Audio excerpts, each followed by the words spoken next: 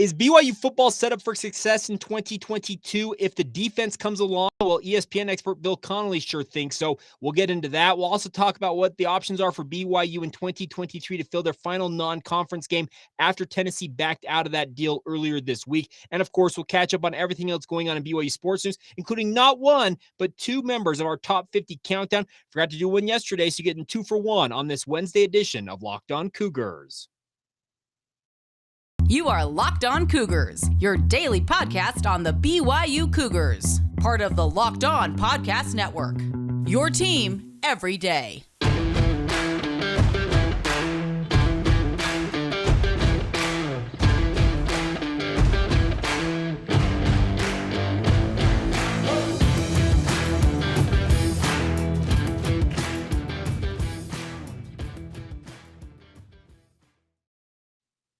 What's up, everybody? I'm Jake Hatch, your host here on Locked On Cougars, your resident BYU insider. I work for the Zone Sports Network in Salt Lake City, Utah, as executive producer of DJ and PK in the Morning. And a huge thank you for taking the time to download this show. We're free and available wherever you get your podcasts, on YouTube as well. Hit that subscribe button. I'm pointing down to this corner. You'll see that little button there. Hit it, subscribe to the show, enable notifications, like, rate, review, do all that stuff that helps us build this audience.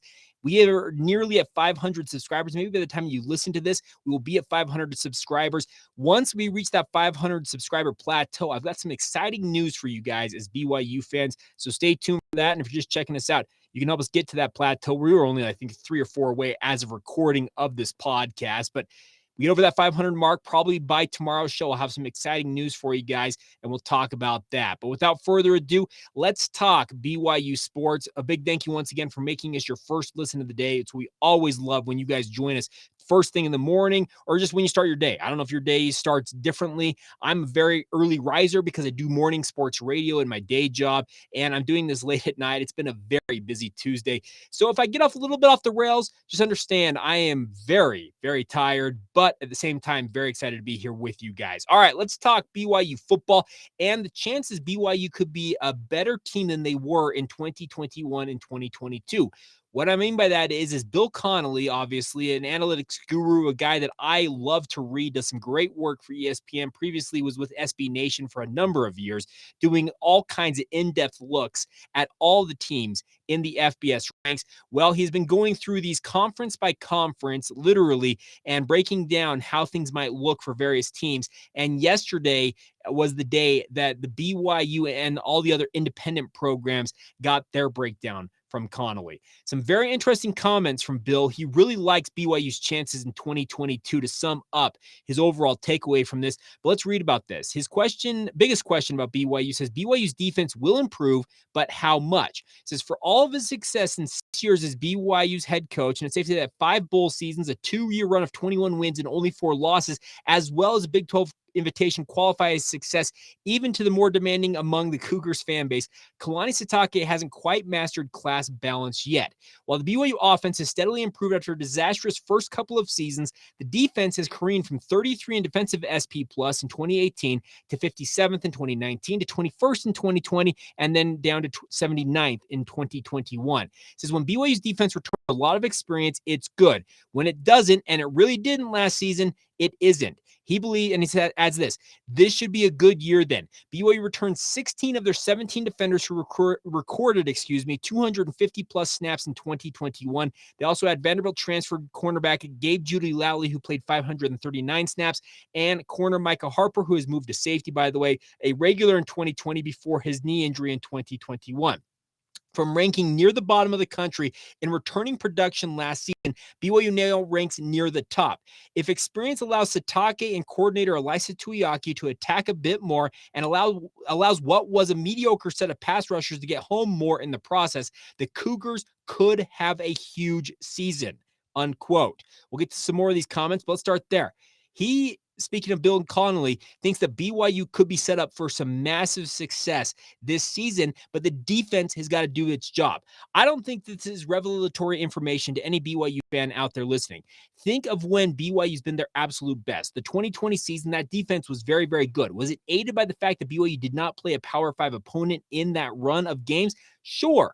But last year, we all saw it. At the end of the season, that defense was just running on absolute fumes. They were stitching it together with bubble gum and duct tape. They were trying just to get through games at the end of last season. If BYU has a better season in terms of overall health, production, and just the overall growth of the defense in 2022, according to Bill Connelly, good things could be on the horizon. Now, let's continue here.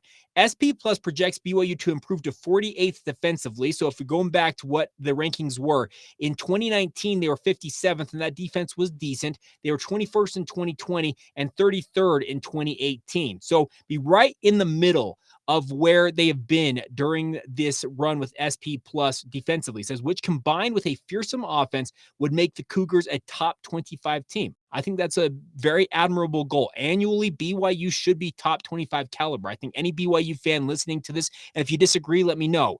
I think the top 25 should be the benchmark for success for BYU, at least one of them. He adds this: if they bounce back to their 2020 levels of defense, BYU could make a run at an unbeaten record. You guys have heard me on this podcast. I have been talking about it for some time now. I am a big believer in BYU's defense in 2022, and BYU as a whole, but BYU's defense, I think, will take a step forward just due to the fact they have another year of seasoning. A lot of the work they have done in the weight room and just getting ready for this upcoming season should pay dividends. But I am bullish on the Cougars, and it sure sounds like Bill Connelly is as well, and he thinks the numbers back that up. He says the offense should indeed be tremendous. The Cougars fell from only 7th to 15th in offensive SP Plus last season, despite the loss of Zach Wilson. He said quarterback Jaron Hall combined nearly mistake-free passing, 5 interceptions, a few sacks, with about 5 non-sack carries per game at 8.3 yards per rush. His skill core does lose some efficient players, running back Tyler Algier, slot receiver Neil Pau'u, wide receiver Samson Nakua, but returns an elite receiver duo in Puka Nakua and Gunnar Romney. Satake also added a safety net in Cal running back Christopher Brown. The line, which is young in 2021, returns almost everyone. He says skill core depth could be an issue, but that's about it. He thinks this offense is going to be special. And any of you who have listened to me talk about this, I've said all along, the defense is going to make or break BYU's fortunes in 2022. And I'm glad to have a guy like Bill Connelly on board with me on this. I think that BYU could be elite, a very, very good team in 2022 and really set themselves up to be a team that is a dark horse contender for Big 12 play when they join the conference in 2023, if they have a good season this year. Obviously, you have to have good fortune to a degree, go your way. You got to be able to stay healthy. You got to have the guys perform at the level that you're expecting them to. But if all of these projected metrics and the matrix that the SP Plus is from Bill Connelly holds true, BYU is going to be, at worst, it feels like, a top 25 team. And he says if the defense gets back to what it was in 2020, that's an undefeated potential run for BYU. And let's be honest, if BYU makes an undefeated run this season, there is an absolute argument for college football playoff consideration, considering they have 4 preseason top 25 opponents on their slate of games as it stands currently. So some really good things happening for the Cougars, and we'll hopefully see some high-flying offense as well as some much improved defense in 2022. And if it all comes together, you got the makings of a very, very fun football season. The 3rd straight 10-plus win season in a row. Good times are back in Provo, and it seems like they're here to stay because BYU doesn't seem like they're slowing down at all in the recruiting realm, and they shouldn't. They should absolutely be capitalizing on any and all momentum they've got right now, and it sure feels like they're doing that. So some really encouraging signs for BYU getting ready for this season. We're 108 days away from today. BYU kicks off the season there in USF in Tampa, Florida. Very much looking forward to that. It cannot come soon enough, and I really liked what I had to read and what I was able to learn from Bill's numbers. All right, coming up here in just a minute, we talk about the season opener just barely for BYU in 2022. What might they do in 2023 to replace that game against Tennessee that was previously backed out on earlier this week by the Volunteers? We'll get into that here momentarily. First, though, a word on our friends over at Built Bar. And guess what? I've got, my friends. I told you about it. There it is. That's the birthday cake puff. They've been talking about these. I had it upside down, so my apologies. That's the birthday cake puff. And they just launched today. I just got the email that brownie batter puffs are back at built.com as well. Folks, these are the best tasting protein bars, no doubt about it. And the puff, what it is a collagen protein infused marshmallow bar. Absolutely incredible, light and airy, soft and easy to chew, almost the antithesis of what Built Bars typically are. Built Bars, they're pretty dense. Let's be frank about that. But the best part is every single one of them are delicious, and you will not believe the macros, especially when it comes to these birthday cake puffs. 150 calories, 16 grams of protein, and just 9 grams of sugar. It is about as good a tasting protein bar as you will find. You will not believe you are eating a protein bar because it legitimately tastes like a candy bar. I say that all the time when it comes to Built Bars. This birthday cake bar, more so than most. It is absolutely phenomenal. Like I said, the brownie batter puffs are back for a short time as well. So get on it. Get to built.com right now. Place your order there. While you're there, use the promo code LOCKED15. That is LOCKED15 for 15% off your order. Enjoy the best tasting protein bars. Try the birthday cake or the brownie batter puff. Give them all a shot. That's promo code LOCKED15 at built.com. Thank you for making Locked On Cougars your first listen of the day. I want to encourage you guys to go over and check out the Locked On NBA Big Board Show. It is hosted by Rafael Barlow and has help from guys like Richard Saman, Sam Ferris, and Leif Tulin, giving fans an in-depth look at the NBA draft. They have mock drafts, player rankings, and of course, the big boards that they will be going down as the NBA draft gets closer. We just found out the draft order last night thanks to the NBA draft lottery. The Orlando Magic have the top overall pick. I cannot believe how down that franchise has been, but they again have the number one pick. So if you want all the in-depth look at that, check out the Locked On NBA Big Board Show. It's free and available wherever you get your podcasts. All right, as we look forward now to 2023 for BYU for a moment here, a lot of you, and I actually had two people email me yesterday, one coming in from Eric, another one coming in from David, saying, Jake, you talked a little bit about some of the options for BYU in terms of replacing that Tennessee game. Can you elaborate a little further on the options and the potential teams out there that BYU could schedule? Now, let me put this caveat in there. The games that I'm going to talk about here are games or teams that have open dates on September, whatever, the first week of the season, September 2nd or whatever it might have been in 2023, that BYU is scheduled to host Tennessee in Provo. Now, there could be some jockeying and some movement. You could maybe move a game, maybe the SU game to that weekend and maybe move a game back a week, etc., to find the right fit for you. But for the intent of this conversation, these are teams that have openings the opening weekend of the season in 2023. Now, the Power 5 teams that have options here, which you most likely are not going to get them to come to Provo on this short of notice, include the likes of Alabama. We want Bama? No, you don't. Georgia Tech.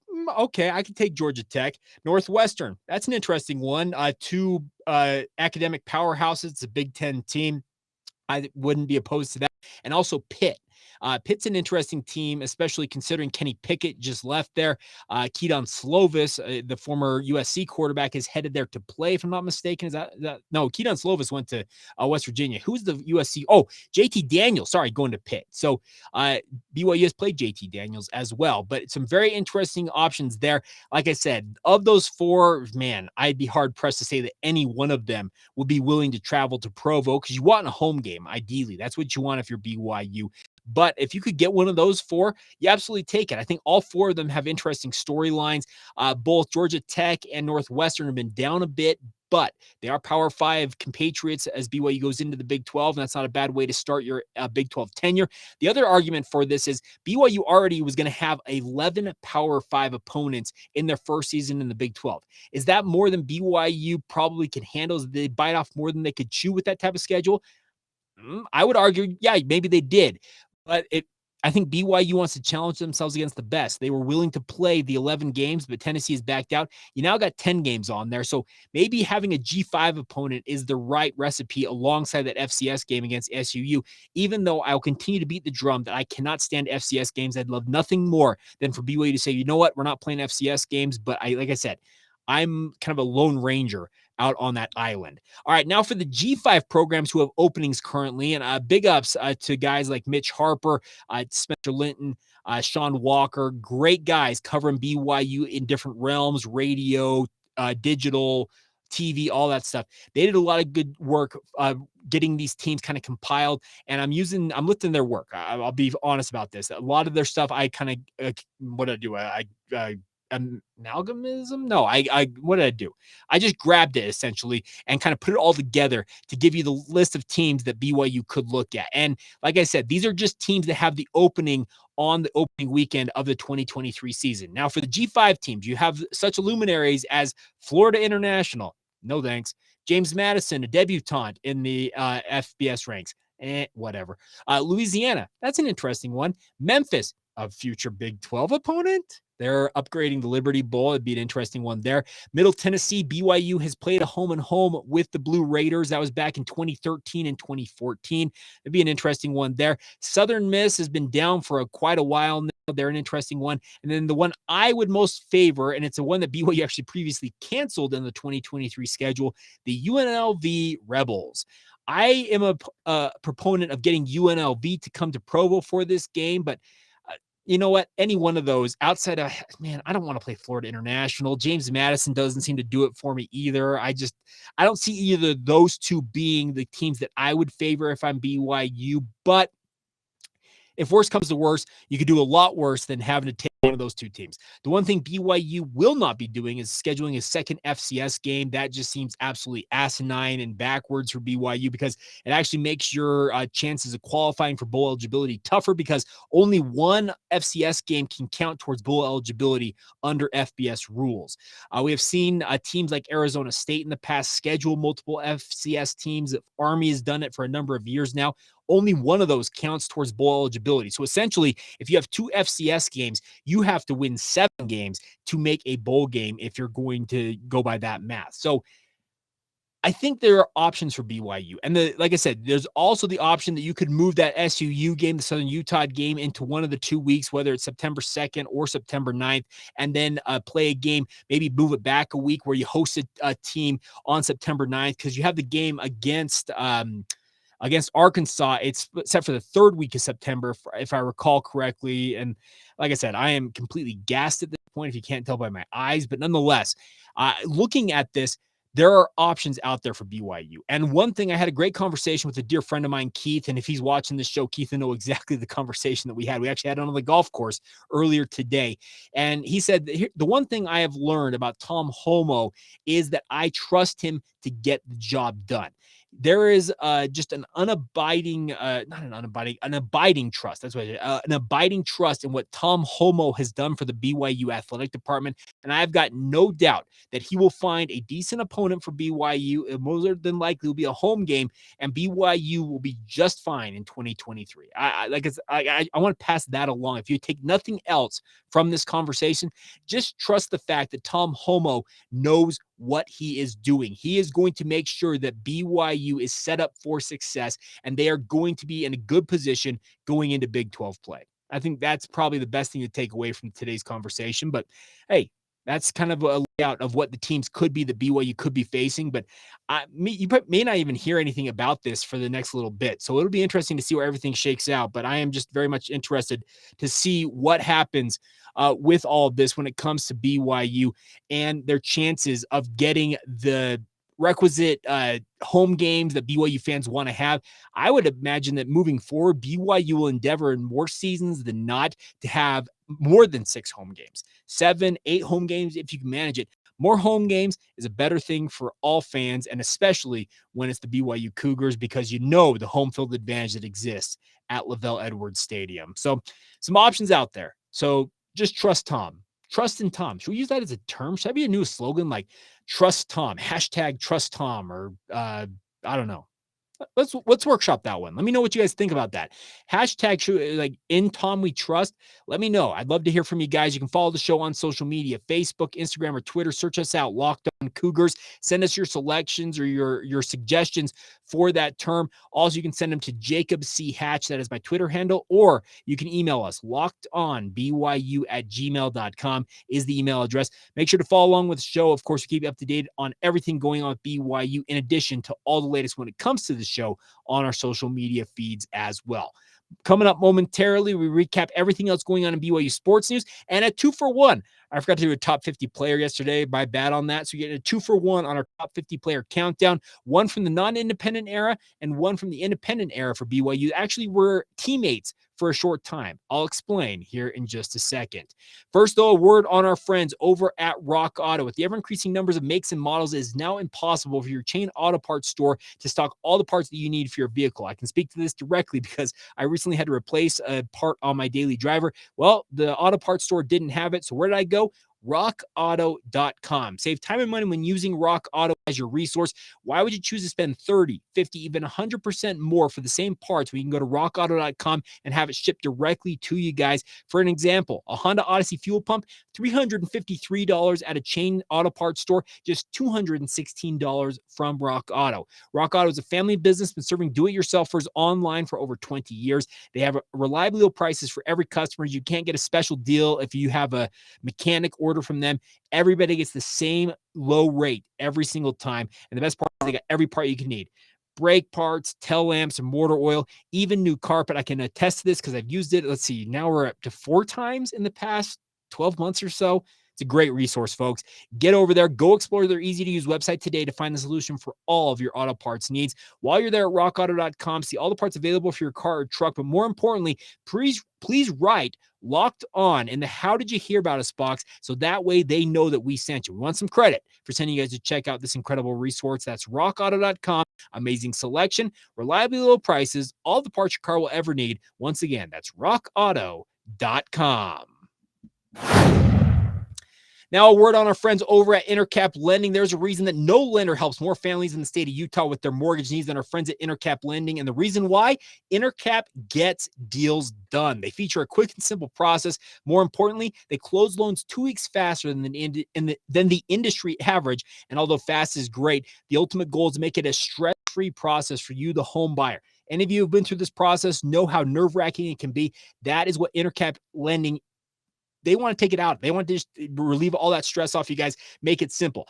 We all have heard about interest rates going back up. If you want to take advantage, you can still do so now. Intercap Lending is standing by to help you guys out with that. And they have a personal loan officer for Locked On listeners, and that is Steve Carter from Intercap Lending. He'd love nothing more than to help you guys out. You can get with him, find out all the answers to the questions you need because he is here to be a sounding board, a resource, just an overall know-it-all, I guess that's probably the best way to put it, about the home loan process and make it easy for you guys. You can reach out to him directly. It's 385-800-8528. That's his direct phone number, 385-800-8528. You also can email him scarter@intercaplending.com. Or if you'd like for us to broker a meeting between the two of you, we'd love nothing more for you guys to reach out to us. lockedonbyu@gmail.com is the email address. We'd love nothing more than to get you in touch with Intercap Lending, to get you on the way to having success with our friends at Intercap Lending. More importantly, Intercap Lending has got a lot of experience behind them, over 44 years of experience, in fact,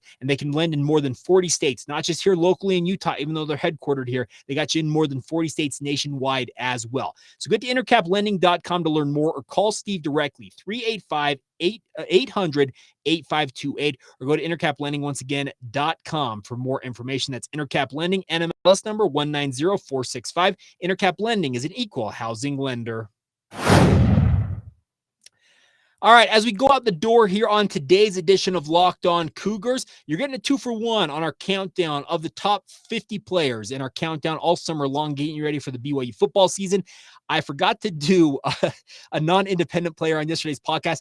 I literally got done with the podcast, was editing it, just kind of just kind of cruising along, doing my thing, because it takes a little bit to edit this, by the way. It's about a 2-hour process to get every one of these episodes ready for you guys, but it's a labor of love. But about 5 minutes after I was done recording, I'm editing the show, and I sit there and I'm like, hold up. You didn't even talk about a top 50 player. You forgot to talk about the guy we're going to talk about right now, John Beck. So, John Beck, my apologies to you. You are number 39 in our top 50 non-independent player countdown. And John Beck, number 12 himself, one of the all-time legendary plays in BYU football history, maybe the single greatest play in BYU football history. I know that Hail Mary in the Holiday Bowl maybe is number 1, but man, is that heave to the end zone at Rice Eccles Stadium number 1B to the 1A that is the Holiday Bowl, or are they flip-flopped. John Beck was an absolute legend for BYU, went on to do some things in the NFL, played for a time there as well as the CFL, but now more importantly, he is Zach Wilson and other quarterbacks' personal quarterback coach out at the 3D Academy down there in Southern California. This dude knows football and knows, more importantly, quarterback play, and that's what he is lending his expertise to. And he has the bona fides to back it up. 11,021 yards for his career at BYU across 4 different seasons. Obviously, was the Mountain West Conference Player of the Year in 2006 for BYU.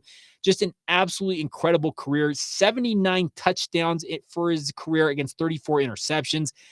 John Beck out of Mountain View High School in Mesa, Arizona, one of the all-timers, and a guy that, think about this, he started his career in 2003. He was in the dregs of the Gary Croton era, and a guy that once upon a time cried after a football game, and there are still fans to this day that'll bring that up, but it showed you the passion he had and the success he wanted so badly to have for BYU. Well, to go out the way he did in 2006 with that game against Utah, to win that game on the final play of the game, throwing it to Harleen across his body, just a legendary play. It was an easy selection to put John Beck on this list. I just had a hard time justifying him being any higher.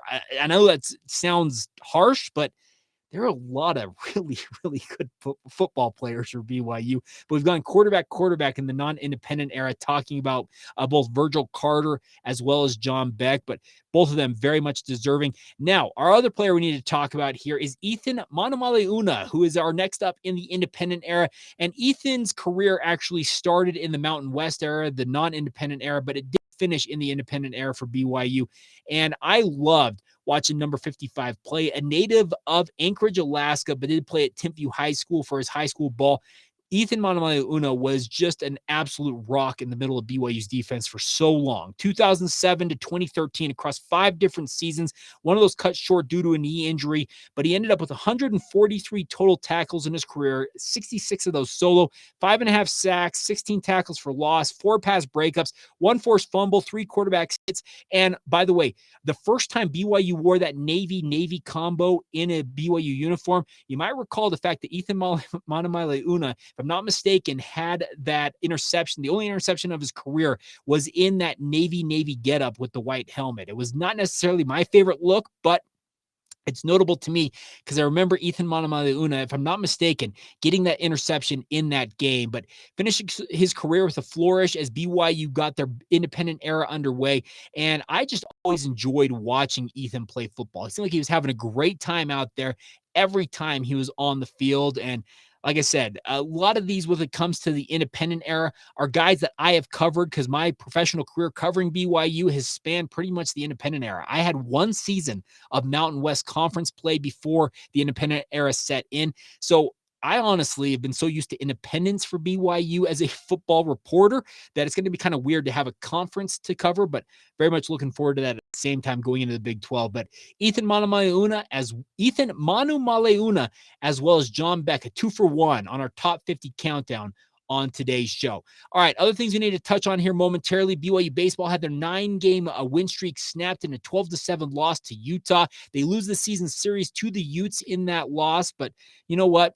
If you're going to lose a game, lose it. That doesn't really count towards the West Coast Conference standings. There's a big weekend coming up for BYU, the final home weekend of the season, the final regular season weekend for BYU. The Cougars, depending on a myriad of different factors, but as long as they win out, they could finish as high as number 2 in the West Coast Conference standings. Other teams need to lose around them to allow them to do that, but BYU has punched their ticket to the West Coast Conference postseason tournament. That's the good news. Now, it'll all depend on where they can find themselves seated in that tournament. Can they get to be the home game out there in Stockton, whether it's the 3 or the 4 seed for the first round, or if you get to the number 2 seed, you get the bye into the semifinals. So there's still a ton to play for if you're BYU baseball.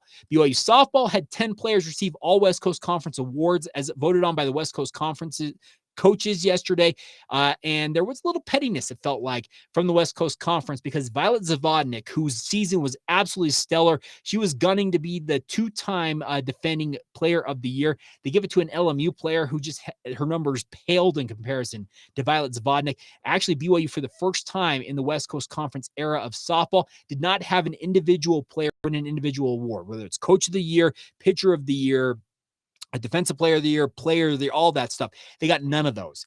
That screams to me that the West Coast Conference, the coaches are not happy BYU's leaving, and they're taking it out on the Cougars on the way out the door. But nonetheless, 10 players got honors from the West Coast Conference. The aforementioned Violet Zavodnik, Autumn Moffett-Korth, Hunter Ava, Marissa Chavez, Taylor Williams, as well as Martha Epinesa were named to the All-WCC first team, the most players from any WCC program on the first team, but no individual honors amongst that group. Okay, I got my question marks about that. While senior captain Hannah Jo Peterson, Alyssa Podhuracek, Chloe Temples were all named All WCC second team, and then Mallory Barber received honorable mention honors. So congratulations to BYU. Very cool to see all of them get honors. But like I said, the individual stuff going to all the other players around the conference outside of BYU, not a great look if I'm being honest for the West Coast Conference, but they're being spurned by BYU in their mind. So maybe they're taking it out on the Cougars. Maybe they're not. Maybe I'm just looking at this a little too deeply, but I don't think I am. All right, final thing here before we go is that BYU men's golf is having a very, very good showing at the NCAA Stockton Regional out there in Northern California. The final round of the NCAA Regionals is today. BYU finished round 2 tied for third with Oregon at 16 under par.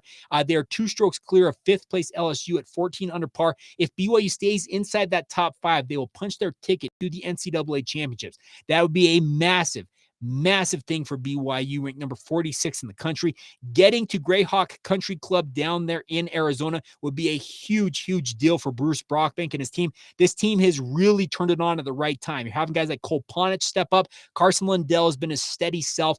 It's really fun to see what BYU as a team is doing right now. And so long as they maintain the position that they are in, tied for third with Oregon, BYU should be on their way to the desert next week, or excuse me, 2 weeks out to play in the NCAA men's golf championships. It'd be really, really fun to see. So some good things happening for BYU men's golf. We'll have more on this on tomorrow's show. We'll give you an update and hopefully know by then if BYU has indeed punched their ticket to the NCAA tournament. The other important part of this is BYU somehow does falter. I don't expect them to because they're really playing well right now.